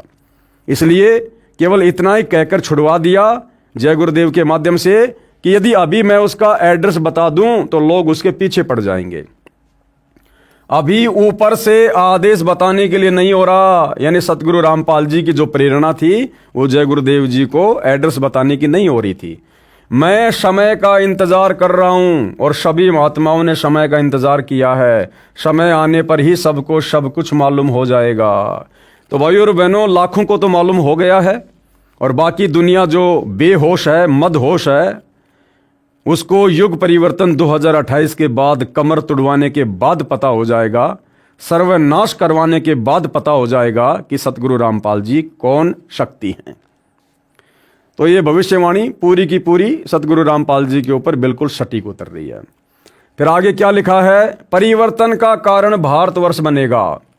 यानी जो आध्यात्मिक क्रांति है वो भारत से उठेगी और पूरे विश्व में वर्तमान में जो आग लगी हुई है भौतिकतावाद की, आधुनिकरण की, इसका समापन भारत से होगा, आध्यात्मिक क्रांति से होगा। और भारत मतलब विश्व गुरु बनेगा, धर्म गुरु बनेगा। कहने का मतलब यह है भारतवर्ष को विश्व में परिवर्तन का कारण अब बनना होगा। त्रेता में विश्व युद्ध का कारण भारतवर्ष था, क्योंकि रामचंद्र जी गए थे श्रीलंका में युद्ध करने के लिए। तो त्रेता युग में भी राम रावण युद्ध का कारण भारत ही बना था। और द्वापर में भी विश्व युद्ध का कारण भारतवर्ष ही था। यानी महाभारत का युद्ध जिसमें पूरे विश्व की सेनाएं दो भागों में विभाजित हो गई थी, भारत में ही हुआ था। और इस समय भी भारत को ही कारण बनना पड़ेगा। इस समय भी जो युग परिवर्तन होगा वो भारत से ही होगा। भारत ही का मुख्य कारण बनेगा। मुस्लिम राष्ट्रों में भारी झगड़ा होगा। सभी मुसलमान आपस में लड़कर समाप्त हो जाएंगे। क्योंकि मुसलमानों में भाई और बहनों एक कट्टरता बहुत ज्यादा है धर्म को लेकर। ये दूसरे के धर्म को स्वीकार नहीं करेंगे, भले ही इनका खुद का धर्म पूरी तरह से भ्रष्ट है। इसलिए ये किसी की सलाह मानेंगे नहीं, भक्ति मार्ग कोई अपनाएंगे नहीं, और अंत में लड़ झगड़ कर पुण्यहीन होकर ये खुद ही आपस में कट कट के लड़ाई झगड़ों में मर जाएंगे। अधिकांश छोटे छोटे देश टूटकर बड़े राष्ट्रों में मिल जाएंगे। जैसे छोटे छोटे देश हैं, ये तिब्बत है, और आपका नेपाल है, भूटान है, बांग्लादेश है। इस प्रकार के छोटे छोटे जो देश हैं जो पहले भी भारत का हिस्सा था, ये सारे वापस भारत में मिल जाएंगे। भारत इन सब का अगुवा होगा। चीन के समस्त वैज्ञानिक प्रगति को चूर्ण करके चीन को नष्ट कर दिया जाएगा। यानी चीन तो नास्तिक देश है, वैसे भी उसका तो विनाश होना ही होना है। चीन में बचे कुछ लोगों की सहायता भारत करेगा। यानी चीन में जो अच्छी आत्माएं बचेंगी, जिनमें धार्मिकता होगी, उनकी रक्षा फिर भारत करेगा। इसी बीच तिब्बत भारत में मिल जाएगा। यदि सभी राष्ट्र आपस में मिलकर भारतवर्ष पर आक्रमण करें तो भी इसे कोई जीत नहीं सकता। क्यों? क्योंकि भारत में सबका बाप बैठा हुआ, भाई सतगुरु रामपाल जी बैठे हुए। भारत में नए सिरे से संगठन होगा, यानी नए सिरे से राजनीति का जन्म होगा, जो धर्म नीति से फिर राजनीति करेंगे। सेवक बनकर, दास बनकर, जो अपने गुरु की आज्ञा में रहकर जो देश की सत्ता की बागडोर को संभालेंगे। इसलिए नए तरीके से भारत में दोबारा से जो है सत्ता की स्थापना होगी। यदि विश्व के सभी राष्ट्र जी जान से ये प्रयास करें कि सुरक्षा परिषद अमेरिका से हटकर भारत में ना जाए, तो ये कदापि नहीं होगा। यानी जो सुरक्षा परिषद है, यानी पूरे विश्व के जो भी फैसले वर्तमान में जो लिए जा रहे हैं यूएनओ में, वो यूएनओ कहो या विश्व की सबसे बड़ी पंचायत कहो, वो भारत में ही आएगी। अध्यात्म के फैसले पूरे विश्व को कैसे संचालित करना है, संत रामपाल जी की देख रेख में ये भारत से ही होगा। अमेरिका से हटकर यूएनओ भारत में आएगी। महापुरुष का जन्म भारतवर्ष के एक छोटे से गांव में हो चुका है और वह व्यक्ति मानव इतिहास का सबसे महत्वपूर्ण व्यक्ति बनेगा।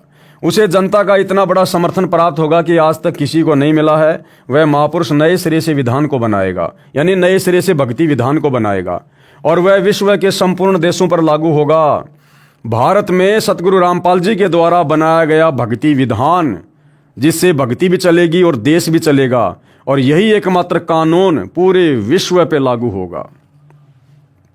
उसका एक झंडा होगा, यानी उसी का साम्राज्य होगा। झंडे का मतलब होता है उसी का डंका पूरे विश्व में बजेगा, उसी का शासन होगा। उसकी एक भाषा होगी, एक भाषा का मतलब उसी की भक्ति वाली भाषा, उसी का आध्यात्मिक ज्ञान पूरे विश्व पर लागू होगा। ये शाकाहारी पत्रिका में श्री तुलसीदास जी ने 28 अगस्त 1971 को लिखा है।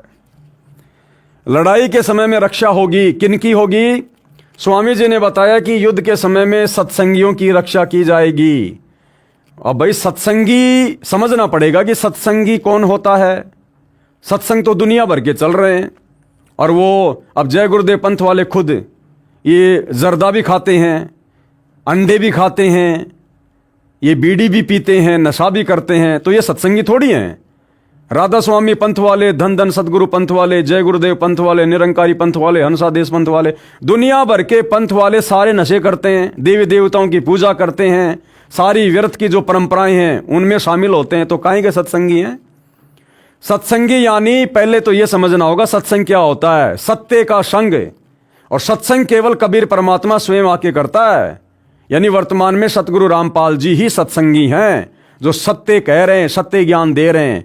और सतगुरु रामपाल जी का जो फॉलोअर होगा और उनके भक्तों में भी जो मर्यादाओं में रहेगा, उन सत्संगियों की आने वाले समय में, उन आपत्तियों के दौर में रक्षा होगी, सुरक्षा होगी।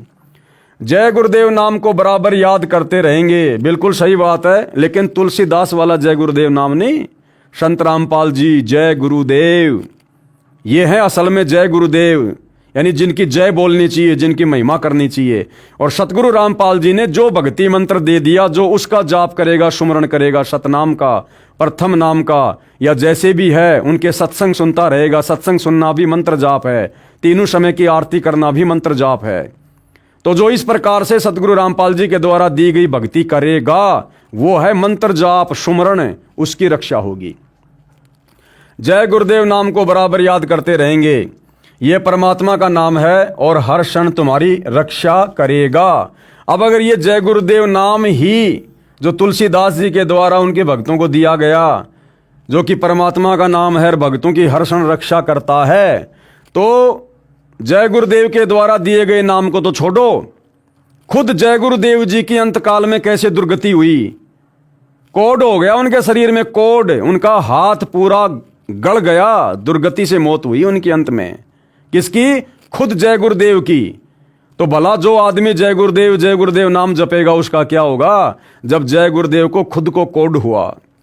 तो यहां पर जय गुरुदेव सतगुरु रामपाल जी हैं और उनके द्वारा जो मंत्र जाप दिया जाता है उसको मर्यादा में रहकर जो जाप करेगा उसकी रक्षा होगी। उपरोक्त पुस्तक की फोटोकॉपियों में संत रामपाल जी महाराज के विषय में वर्णन इस प्रकार है। संत रामपाल जी महाराज का जन्म, अरे जन्म नहीं रे मेरे भाई, अब तो समझ जा, 8 सितंबर 1951 को गांव धनाना, जिला सोनीपत, प्रांत हरियाणा, भारतवर्ष में जाट किसान परिवार में हुआ। वैसे भाइयों और बहनों, संत की कोई जाति नहीं होती है, लेकिन यहाँ के विधान के अनुसार इन चीजों का जिक्र करना पड़ता है। विशेष जानकारी इस पुस्तक के कई स्थानों पर है, कृपया वहां से पढ़िए। जय गुरुदेव की अमरवाणी भाग 2 पुस्तक के पेज नंबर 50 पर संत तुलसीदास जी ने 7 सितंबर 1971 को सत्संग में कहा था कि वह अवतार जिसकी लोग प्रतीक्षा कर रहे हैं 20 वर्ष का हो चुका है। संत रामपाल जी महाराज 7 सितंबर 1971 को पूरे 20 वर्ष के हुए थे। 8 सितंबर 1971 उनका 21वां वर्ष प्रारंभ हुआ था। पृष्ठ 59 पर लिखा है कि वह महापुरुष छोटे से गांव में जन्म ले चुका है। उपरोक्त विवरण से स्पष्ट हो गया है कि वह महापुरुष संत रामपाल जी महाराज ही है। अब भाइयों और बहनों, भक्ति नाश का कारण। अब भक्ति का नाश कैसे होता है, भक्ति का विनाश कैसे होता है और कैसे हमारी भक्ति सच्चे सतगुरु की शरण में आने के बाद में दिनों दिन आगे बढ़ती है, प्रफुल्लित होती है, इन तमाम बातों की जानकारी भाइयों और बहनों हम अगले वीडियो में प्राप्त करेंगे। क्योंकि हमने किसी भी पुस्तक से जो सतगुरु रामपाल जी के द्वारा लिखी गई हो या उनके भक्तों के द्वारा लिखी गई हो, हमने अध्यात्म का निष्कर्ष निकालते हुए, उसको गहनता से समझते हुए, शिक्षा लेते हुए और उन अच्छी शिक्षाओं को अपने जीवन में लागू करते हुए हमने आगे बढ़ना है। तभी भाइयों और बहनों असल में हमारा कल्याण होगा और हमें कुछ प्राप्त होगा। तो भाइयों और बहनों, आज की वीडियो में केवल इतना ही। कल परमेश्वर के आशीर्वाद से फिर मिलेंगे। तब तक गुरुदेव भगवान हम सबको आज्ञा दे, आशीर्वाद दे। बंदी छोड़ सतगुरु रामपाल जी भगवान की जय हो।